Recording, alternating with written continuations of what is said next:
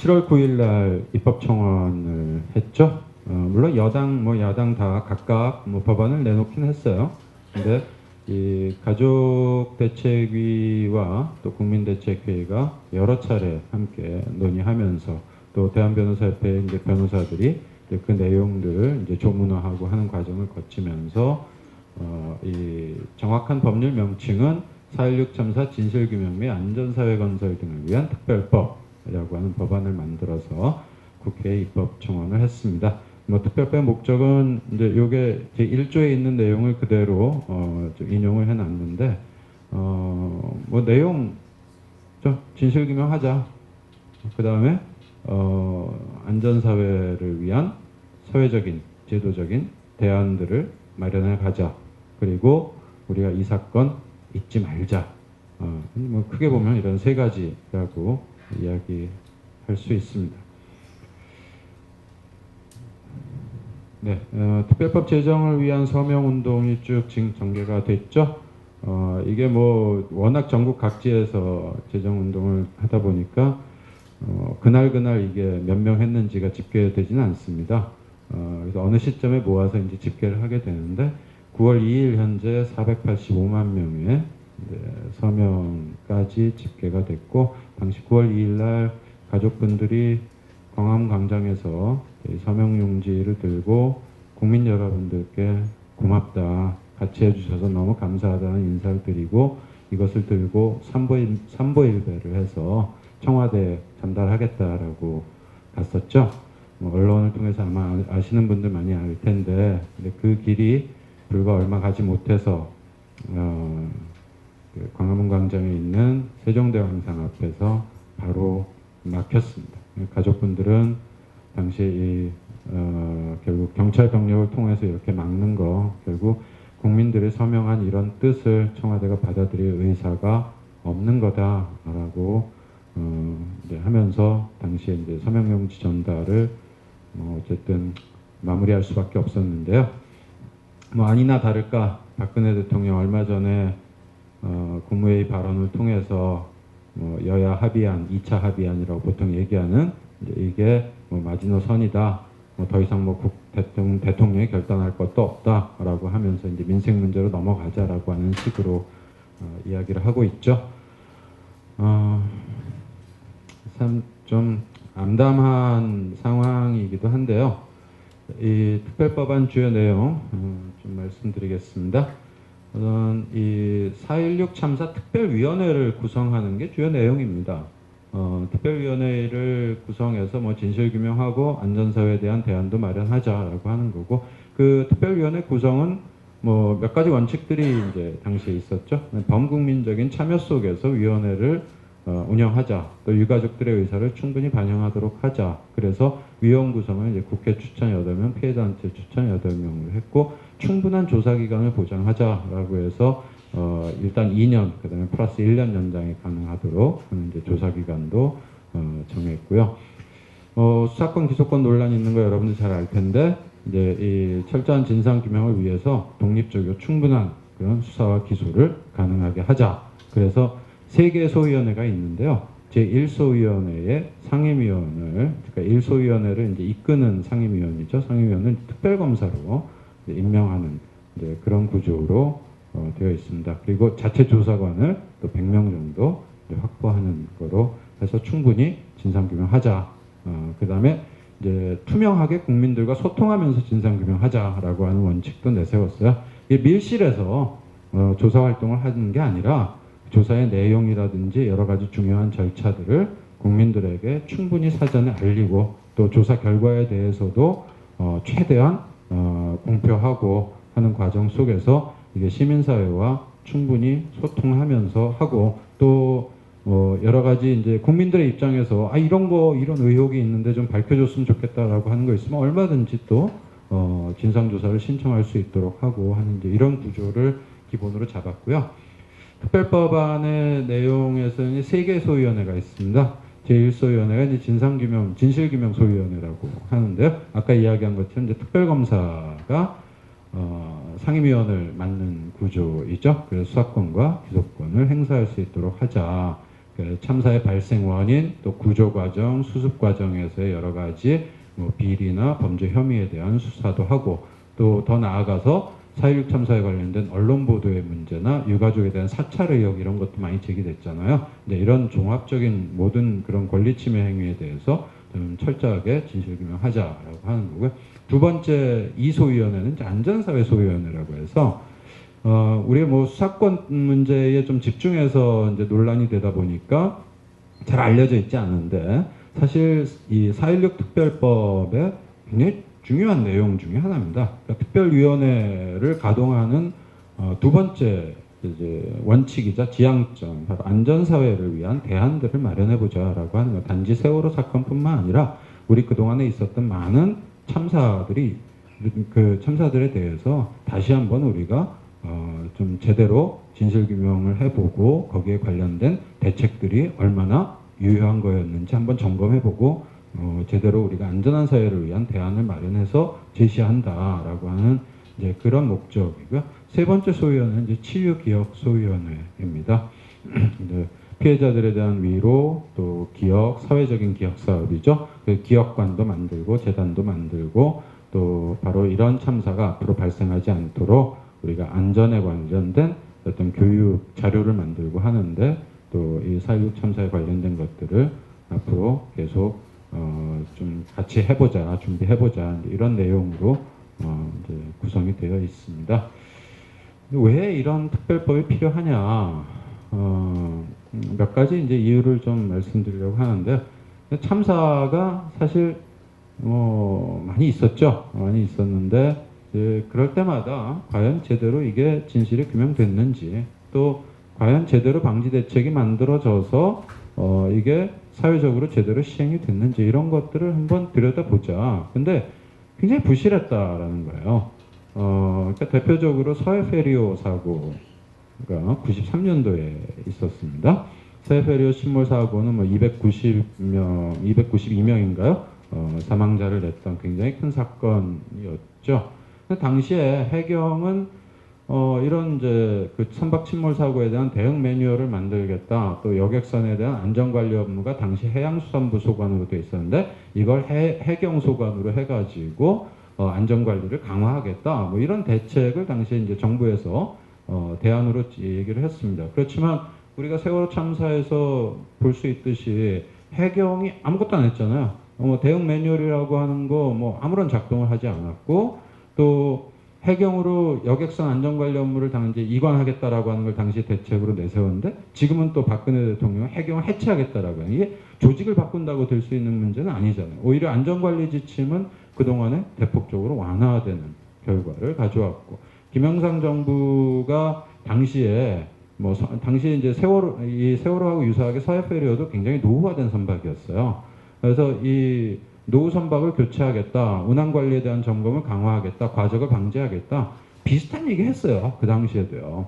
그런데 이 이명박 정부에 들어서면서 그 여객선의 선령 제한을 20년에서 오히려 30년으로 늘려줬죠. 그러니까 우리 세월호가 일본에서 수입된 배라고 하잖아. 18년 된 배를 수입했다라고 하죠. 그러니까 18년 된 배를 수입해서 쓸 수 있었던 이유가 바로 이 여객선 선령을 30년으로 늘려줬기 때문에 최소한 12년은 더 쓸 수 있잖아요. 그러니까 그런 이유 때문이거든요. 이렇게 늘려줬어요. 노후 선박을 교체하겠다라고 약속한 것을 전혀 정부에서는 역대 정부에서 전혀 시행하지 않고 있다가 오히려 이명박 정부에 들어서서는 선박 연령을 더 완화해주는, 규제 완화라는 이름으로 이런 것을 한 거죠. 또 운행 관리라든지 과적 단속 같은 거 강화하겠다라고 했는데, 실제 어떤 식이 됐느냐면 해운조합에서 이걸 담당하는 모양새가 됐습니다. 해운조합이라는 게 뭐냐면요, 여객선 선주 회사들이 만든 이익단체예요. 그러니까 선주 회사들이 회비를 내서 운영하는 단체입니다. 이게 한국해운조합이라는 단체가 그거예요. 근데 지금 어떤 시스템으로 운영되냐면, 한국해운조합에서 선박 운항 관리자를 임명해가지고 그 사람이 선박에 대한 안전점검과 교육, 안전교육 뭐 이런 거를 담당한다라고 해요. 이게 말이 됩니까?